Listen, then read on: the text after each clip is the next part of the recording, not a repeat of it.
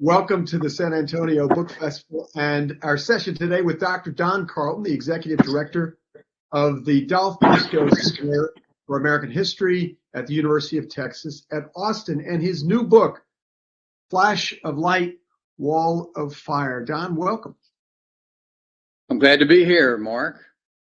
It's good to see you. Don, before we talk about this stunning book, which is about the after effects of the bombings that ended World War II, the atomic bombs that were dropped on Hiroshima on August 6, 1945, and the bomb that was dropped on Nagasaki just 3 days later, which effectively ended World War II. But before we talk about the book, contextualize those events for us a little bit.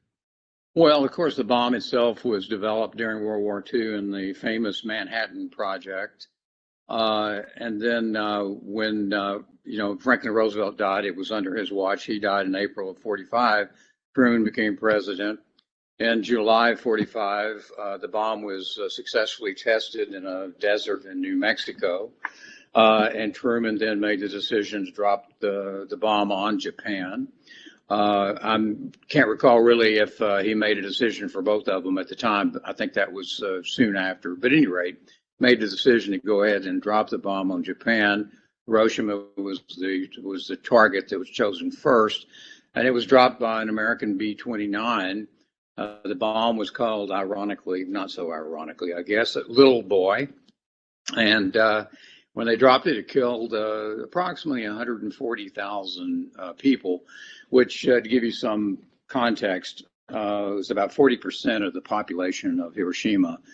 Now that's just deaths. That doesn't include, injuries, which is far more, even larger number. And then they dropped a second bomb on August the 9th, as you pointed out, on the city of Nagasaki. That one killed 74,000 people. Again, we think these are really rough numbers. We don't really know exactly how many. We will never know really how many people were killed. Now, the bomb in Nagasaki killed a percentage smaller. About 30% of the population of Nagasaki was killed by the bomb. And again, that doesn't include casualty numbers. The Emperor of Japan, Hirohito, announced that Japan would surrender on August the 15th, just 6 days after the dropping of the bomb on Nagasaki. And as you know, Mark, I mean, there are never-ending arguments about whether we should have dropped the bomb on Japan or not, whether was it necessary, and why didn't we drop the bomb, and so forth. And that's going to be argued forever, actually. So that's the context. We dropped those two bombs, but the Truman's basic purpose, of course, was to end the war. I mean, that's the number one reason why the bombs were dropped. You have some photographs. This is essentially the photographs that chronicle the aftermath of those bombs, Don. And you I think you're going to share some of these photographs before we talk further about the book. Yeah, let me just, I'm going to throw some photographs on the screen so that as we talk, I'll show them and then I'm going to take them off. But let me go to that now. But what I'm getting ready to show you are, first of all, a cover of the book, but also then some photographs, just a few photographs that are in the book. So let me see if I can do this without injuring you and me both. Let's see here. So far, so good, I think. Wait a minute. Okay, are we on? We are on, and that is the cover of the book, Flash of Light, Wall of Fire. That's correct. And we've divided the book into two sections, one on Hiroshima and one on Nagasaki. And this first photograph, I'll talk about a little bit later on, but it was the bomb exploded over Hiroshima exactly at 8:10 in the morning, and this is the first photograph in the well, I don't know if it's technically the very first photograph, but we put that in to sort of start the chronological story.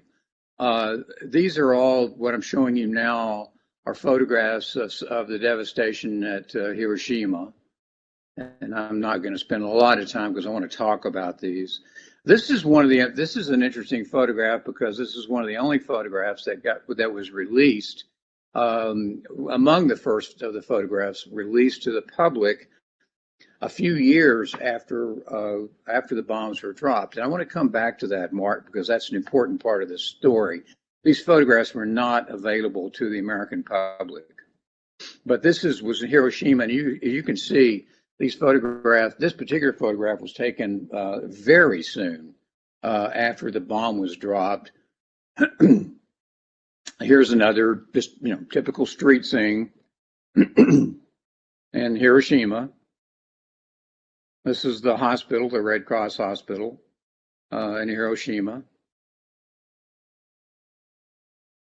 and of course, you have the horrific human cost of the bomb, and we have a lot of evidence of like this. There's a number of these kind of photographs.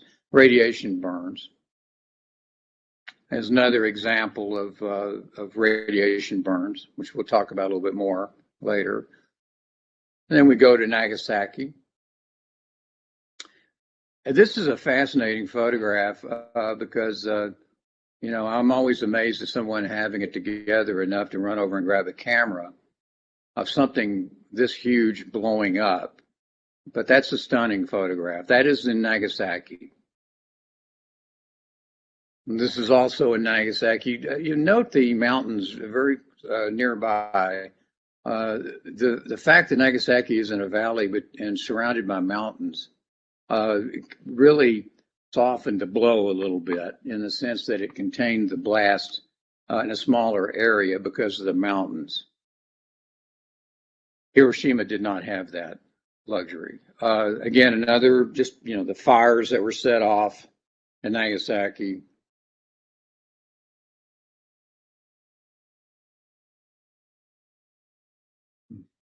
And you can see these are amazing photographs. It's downright apocalyptic. And Don, you see, yeah. I'm sorry. No, please. Well, you see the child on his back who has horrible radiation burns. Okay. In the interest of further contextualization, Don, why Hiroshima? Why Nagasaki? Well, so much of Japan had been bombed to the ground by August. Tokyo was just destroyed by incendiary bombs that set fire to all the wooden buildings in that city, which was mainly built with wood. And the U.S. military wanted to be sure they understood the extent of the damage that would occur when you drop these bombs, because nothing, obviously an atomic bomb had never been dropped on a city before. So they wanted to pick two. There were 4 or 5 cities. There were optional cities because in case there were storms or something else, there was enough. They had backup cities the B-29s could fly to if it had better weather. But anyway, they were looking at this, sadly or understandably, whatever your perspective is, as an experiment in the sense that they wanted to test what the amount and extent of destruction that these bombs would have, the havoc that they would bring to a city. So that's why they picked Hiroshima and Nagasaki were relatively untouched by bombing. And so that's why they were picked, so we could understand the destruction. I want to talk to you about how the Briscoe Center for American History came to publish this book in a moment, but talk about, before we talk about that, Don, explain why these photographs have not come to light until relatively recently. Why didn't the American public see these photographs when they were taken soon after the bombings of Hiroshima and Nagasaki?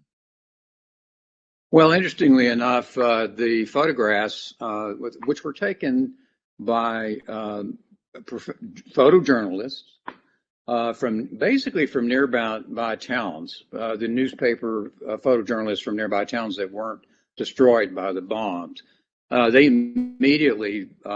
towns, they immediately sent their photojournalists over to take photographs Also, government photographers, military photographers took pictures, and some amateurs also had cameras and took pictures. Well, um, those photographs were immediately suppressed by the Japanese military government.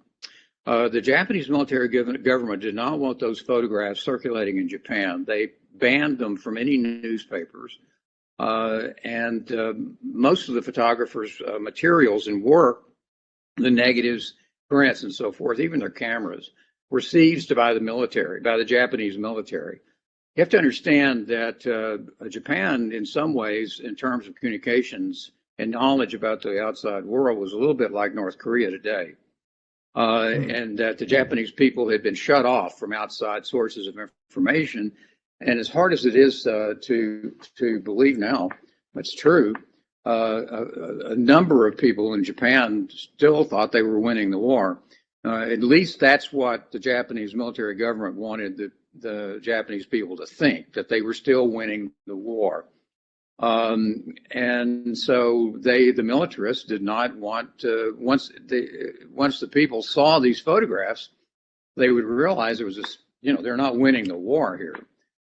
So the Japanese government itself confiscated as many photographs as they could. Now, those photographers, amateurs, photojournalists, military, even some of the military photographers, knew this was happening, heard this was happening, and they literally hid those photographs.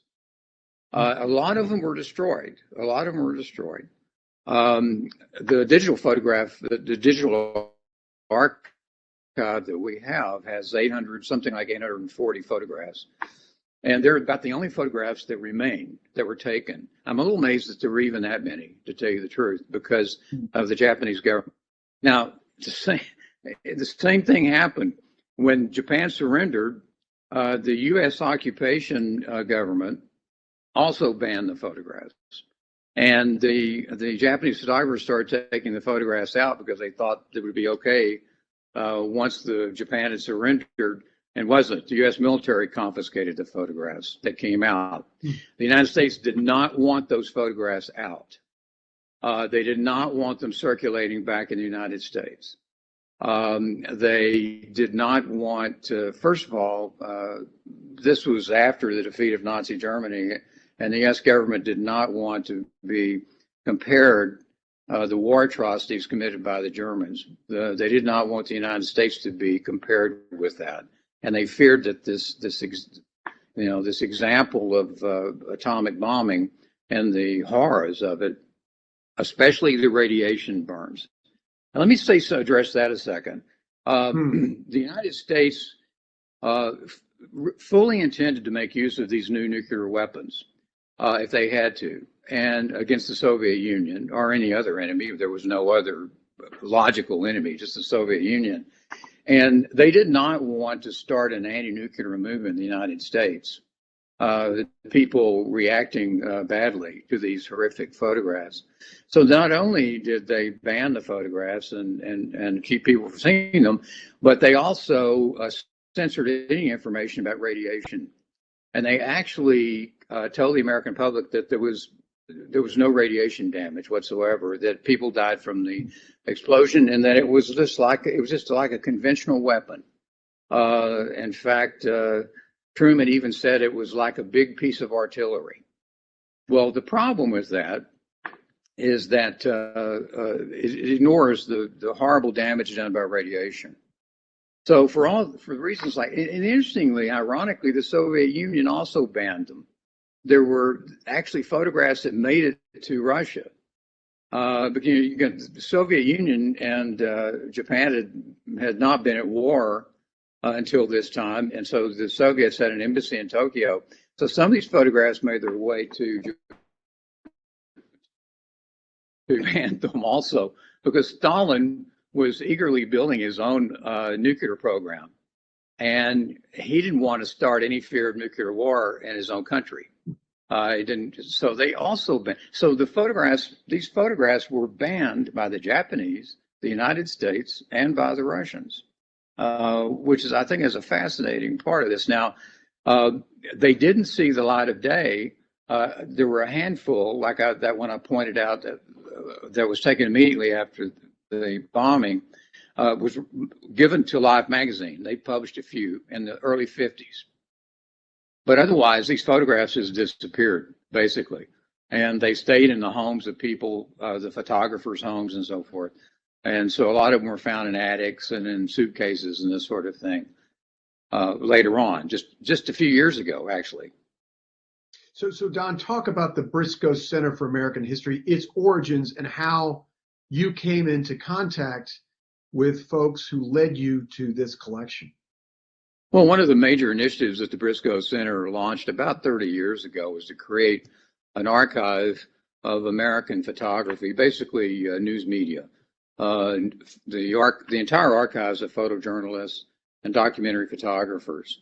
And that's been a hugely successful program. And we now have accumulated pretty much approximately 8 million photographs in this initiative, including entire photo archives of Pulitzer Prize winning photographers, many of the leading photographers, news photographers in the United States. And we have, we're a research center on the campus of the University of Texas at Austin. And we're right, as you well know, we're right next door to the LBJ Library and open to the public. And we have a huge archive of documents and newspaper collections, like any other special collection. But we also publish books, we do documentary films, and a number of other things, exhibits. And because of our success in collecting these archives, we've gained an international reputation. And so we have, because of that, an organization in Japan called the Anti-Nuclear Photographers Movement contacted me.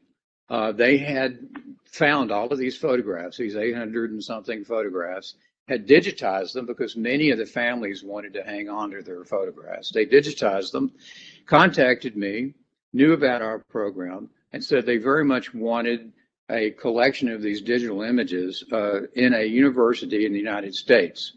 They were going to have one version in Tokyo and one in the United States. So they asked me if we would be the repository.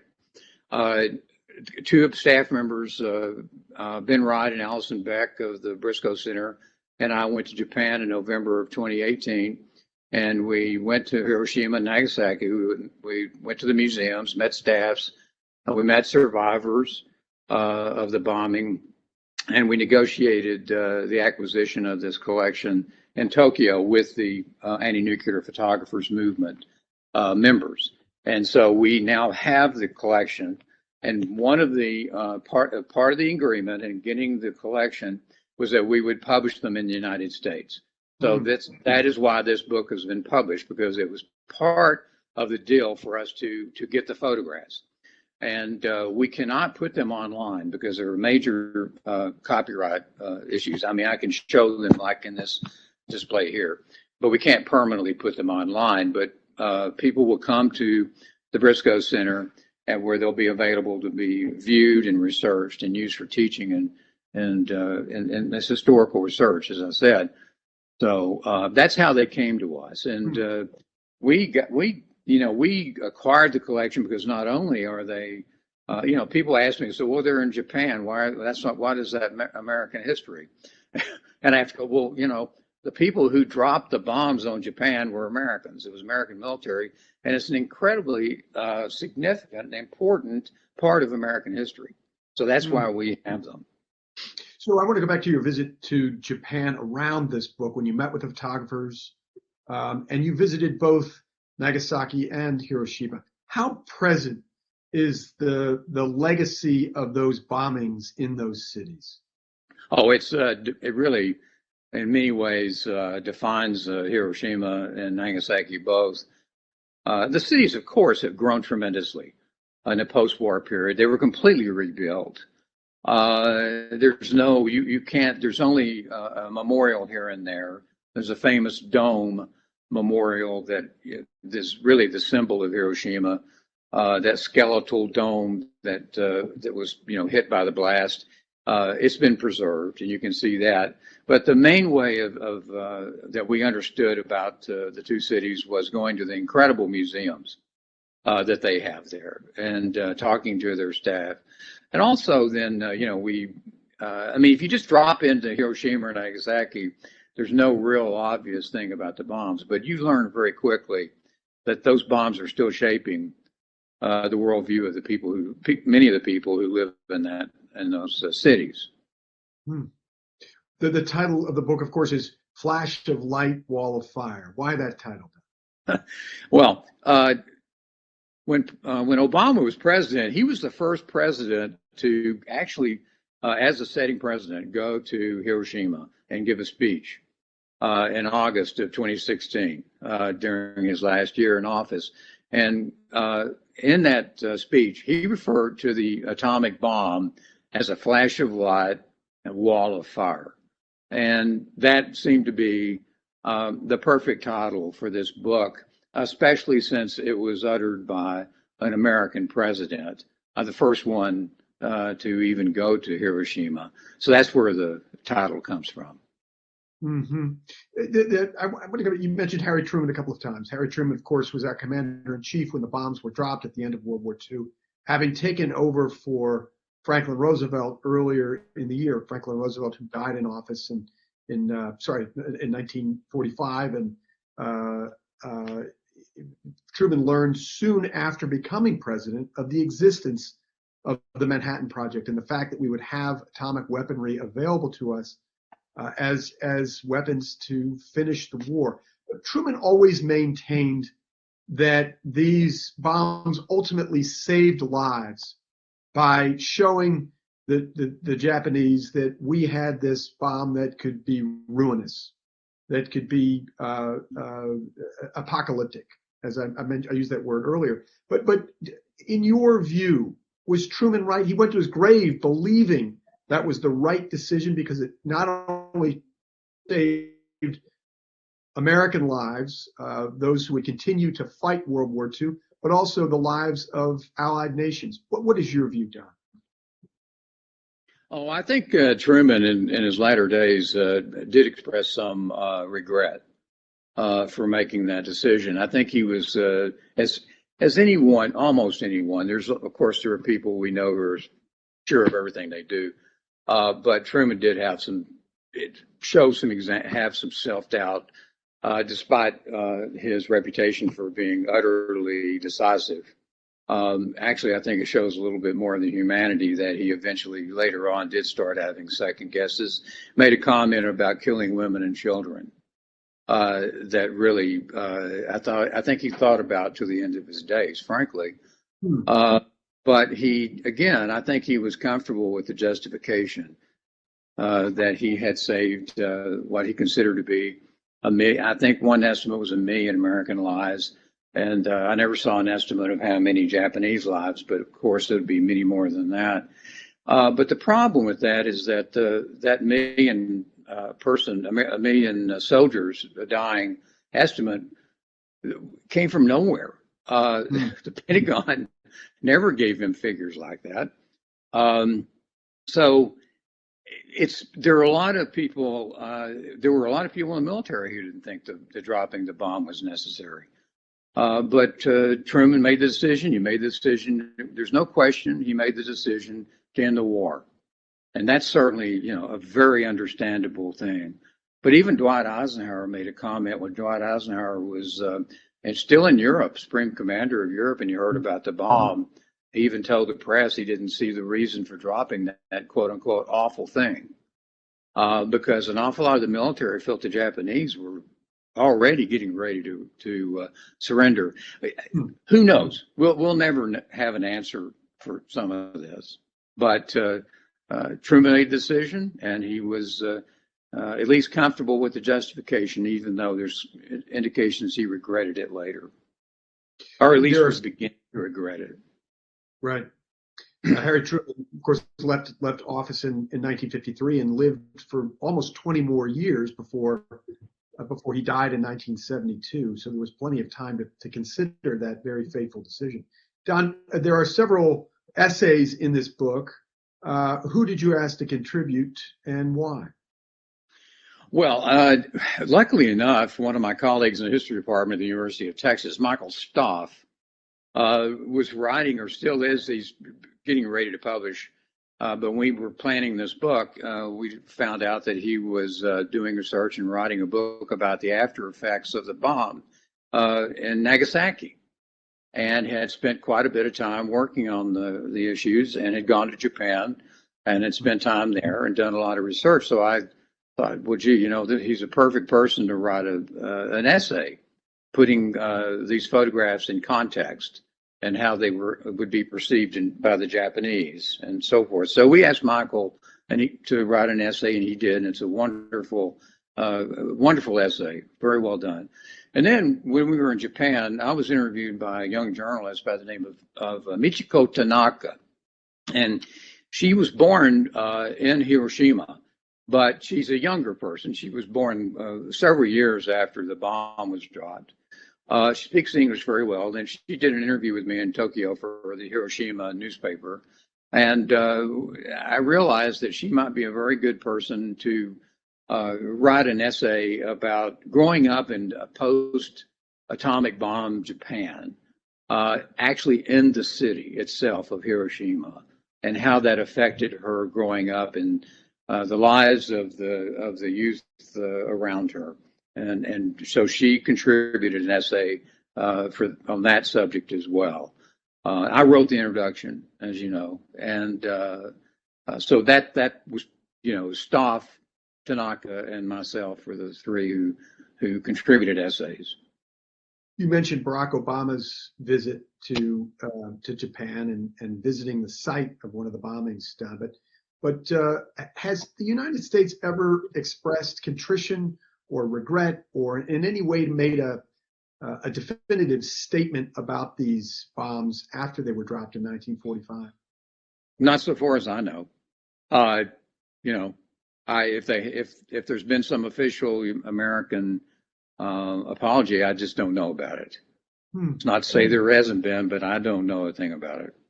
Yeah. Talk about how the other collections at the Briscoe Center that complement these photographs and how they depict the atomic bombs on Japan. Well, for one thing, some of the photojournalists whose archives we've collected over the years, Hiroshima in particular, not so much Nagasaki, but Hiroshima became sort of a go-to place on anniversaries. 25th anniversary of the bombing, the 50th, that sort of thing. And so a lot of our news magazines in this country, Time, Newsweek, some of those would do features, let's say on the 50th anniversary of the bombing. And so some of the photographers whose archives we have were the photographers that those magazines sent to Hiroshima to photograph the city and photograph the survivors and so forth. Well, anyway, we have those archives. We have all of those photographs that those photographers took.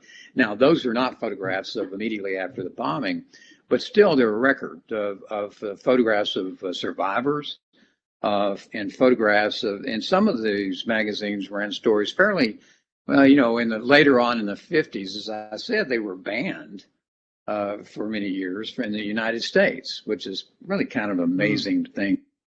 But anyway, so that's those things. But we also, for example, after we acquired this collection from the anti-nuclear photographers movement, we acquired a collection of really a renowned photographer in Japan, who his name is Inari. His last name is Inari. Sunio Inari is his name. And he's a member of the board of the anti-nuclear photographers movement. And he had a project just recently, actually, over the last couple of years, where he photographed in incredible color photographs of artifacts that were affected by the bombing in Hiroshima and the bombing in Nagasaki. Things like clothing and tricycles and that they were burned and some way affected by the bombing. And we have those photographs as well. And we've also collected some records and materials dealing with the occupation of Japan immediately after the bombing. And we're still collecting. Don, tell us about you mentioned when you showed one of the photographs, having the presence of mind as a photographer to capture that moment. Tell us about some of the photographers who contributed to these photographs and what they did, why they were there at the time, and how they came to capture those moments. Well, it covers there's several of the, I could name a number of photographers. We don't have time to go over that, but it's like I said earlier, some of them worked for the government. Some of them were in the military. They were military photographers. Some of them were the majority of them, however, were taken by photojournalists, Japanese photojournalists, and a few by amateurs who were photographers. And they have amazing stories to tell. A couple of them went to Hiroshima as I said earlier, from nearby towns. While things were still horrible, the aftermath of the bomb lasted for days in terms of the fires and the radiation sickness and this sort of thing. And they just plowed through the city taking photographs, just amazingly, which is what, I was talking to another photojournalist recently about this subject, and he said, Don, that is what we do. That's what photojournalists do. And I said, well, I guess that's right. But they did it, and that's why we have this record. God only knows how much we lost, though, because of the censorship and the confiscation. What did the suppression of these photos look like? What in literal terms, were people trying to get these out? And well, one photographer, for example, right after the war, was working in a photography shop, and word got out that he had taken photographs of the immediate aftermath, and the U.S. military showed up at the front door of the shop, of the photography shop, and said, "We want your camera, we want your photographs, we want your negatives, we want your prints." And he was able to work out. He really protested and had an argument with the officer and so forth, and somehow talked his way into with the military of keeping the photographs. So those were saved that way. Others, as I said, were just stuck away physically someplace. You said there are three nations that put a quash on these photographs: the United States, the Soviet Union, and Japan itself. How does Japan look upon these photographs today? Well, there's a very strong anti-nuclear movement in Japan, and that, in fact, was what inspired the anti-nuclear photographers movement. I mean, look at their name, anti-nuclear.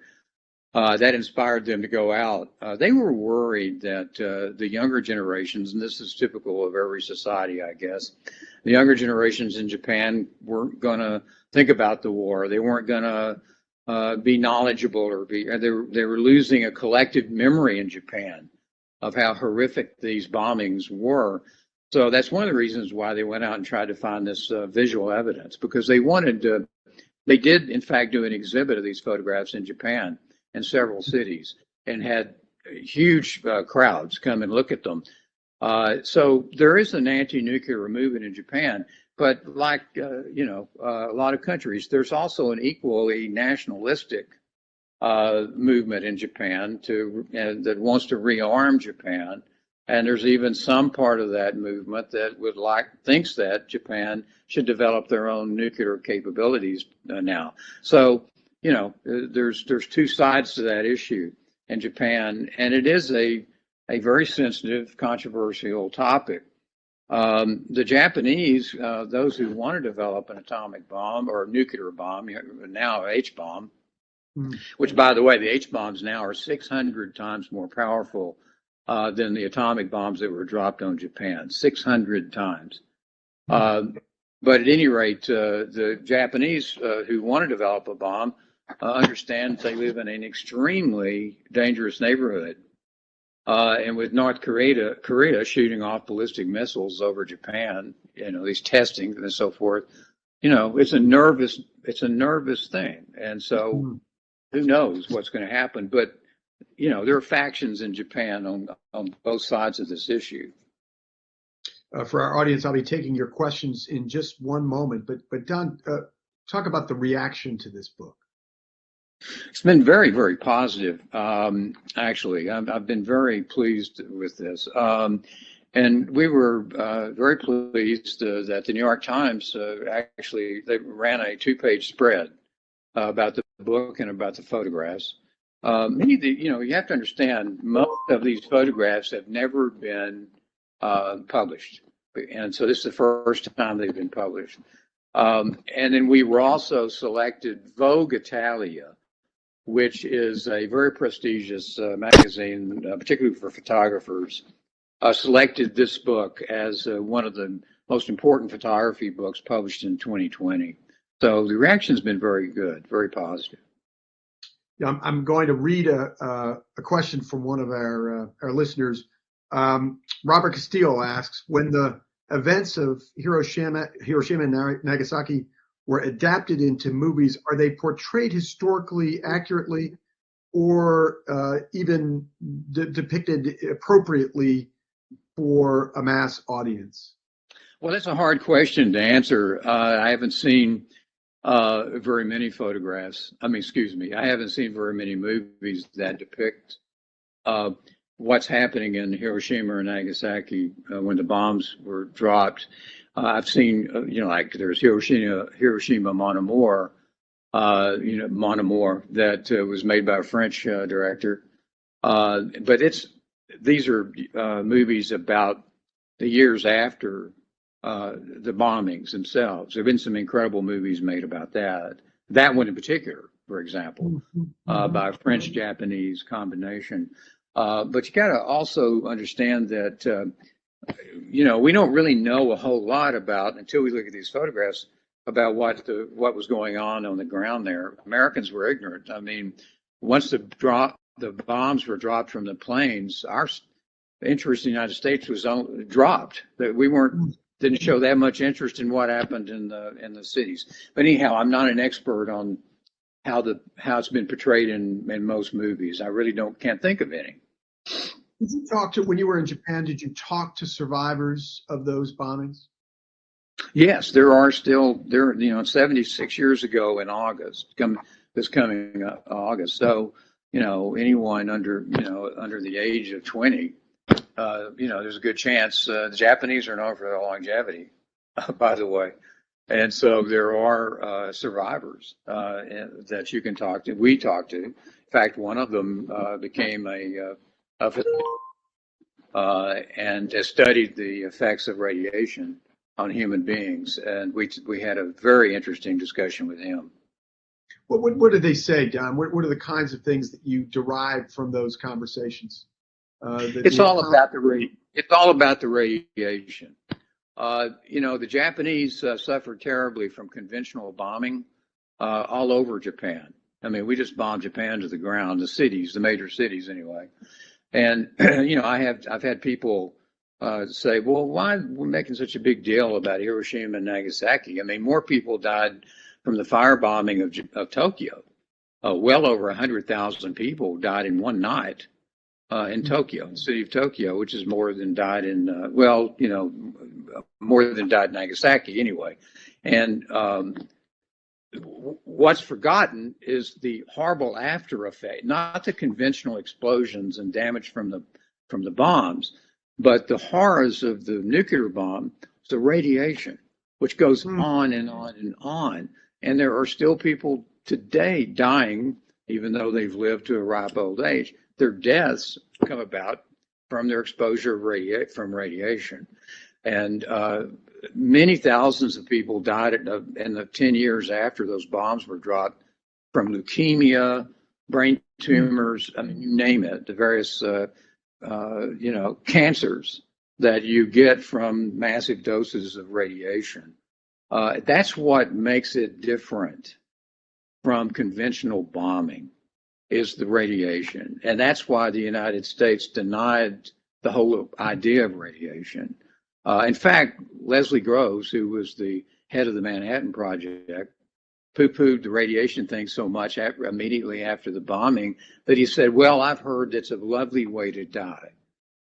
He had no knowledge of anything about radiation, but he made that statement. So that's what That's what makes the difference between these bombs and conventional bombing. It's the radiation.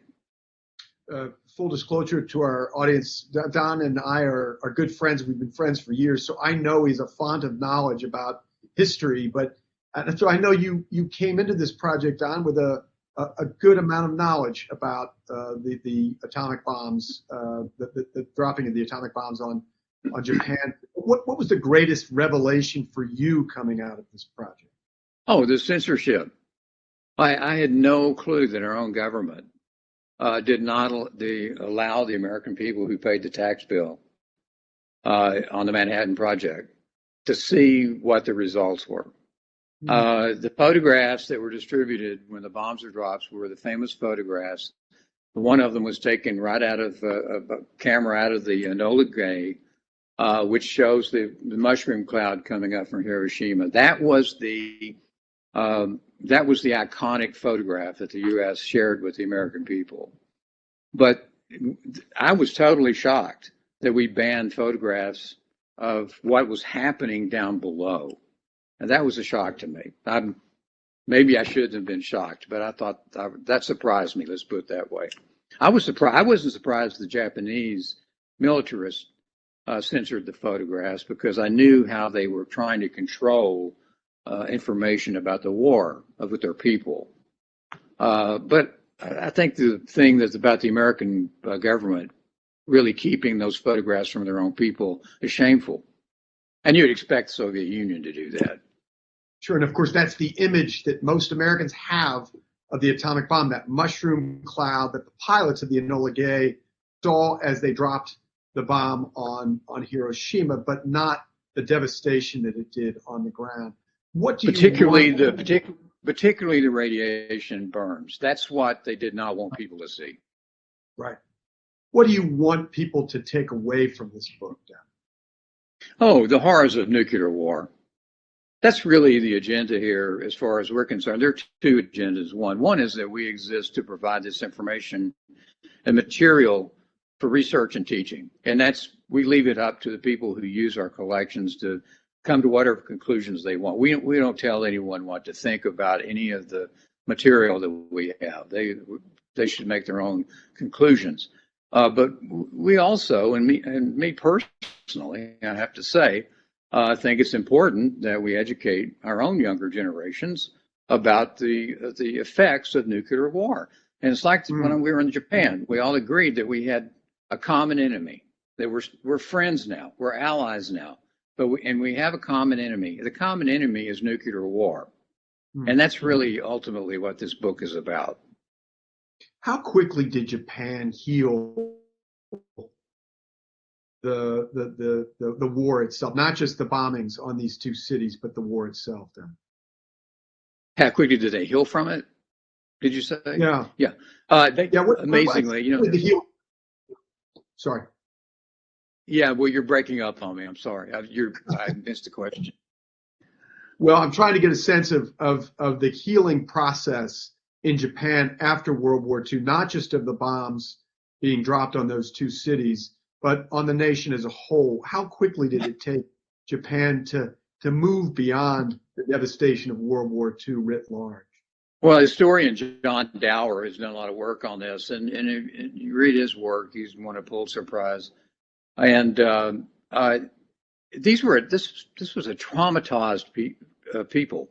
So their civilian everyone in Japan was traumatized, and it took them culturally and socially in every which way years to really get out of that. And in some ways they'd never, many of the folks died years later still traumatized, frankly. But materially, the Japanese went to work pretty quickly, and with our help in a big way, major way, and really came out of the ashes and created the nation that we see today. Highly successful, highly literate population, highly educated, really the generator of many technological ideas and innovations. So, but that was a traumatized population for many years. Understandably. I mentioned that the Briscoe Center, or you alluded to the fact that the Briscoe Center is really a treasure trove of historical artifacts and photographs. What is your next book, Don? What are you working on now? Well, I just published a new book, actually, and it's called The Governor and the Colonel, and it's a dual biography of Texas Governor William P. Hobby, Sr., who was the governor of Texas during World War I, and his wife, Ovida Culp Hobby, who, speaking of World War II, was the founding commander of the Women's Army Corps, was the first woman to be in the U.S. Army. And later became the second woman to ever be on a presidential cabinet. And she was Dwight Eisenhower's secretary of what was then called HEW, Health, Education, and Welfare. And she and her husband were incredibly important publishers. They had newspapers, they had television stations. So anyhow, they're very critical figures, especially working as a team. That's why I felt that we needed a dual biography. That to write a biography about one, you really needed to have a biography of the other as well. So I chose to do a dual biography. And then the governor, and the title is Will Hobby, and the colonel is Ovida Culp Hobby. She never was given a rank higher than colonel because she was a woman, even though she had the same size of command of a general. The Southern delegation in Congress refused to allow her to have a ranking above colonel. And so that's why the title. I just recently published that book. And the two books. And I'm now working on a biography with Aaron Purdy, my co-author, of a biography of their son, who was Lieutenant Governor of Texas, and that's William Hobby Jr., Bill Hobby. Well, I certainly recommend the Governor and the Colonel. It is a largely unknown story about two remarkable people, and I commend you on Flash of Light, Wall of Fire, also depicting a relatively unknown story which very much needed to be told. And you and the Briscoe Center, Don, told it singularly. Thanks so much for your time today, and thank you all for attending this session with Dr. Don Carleton. Well, thank you, Mark.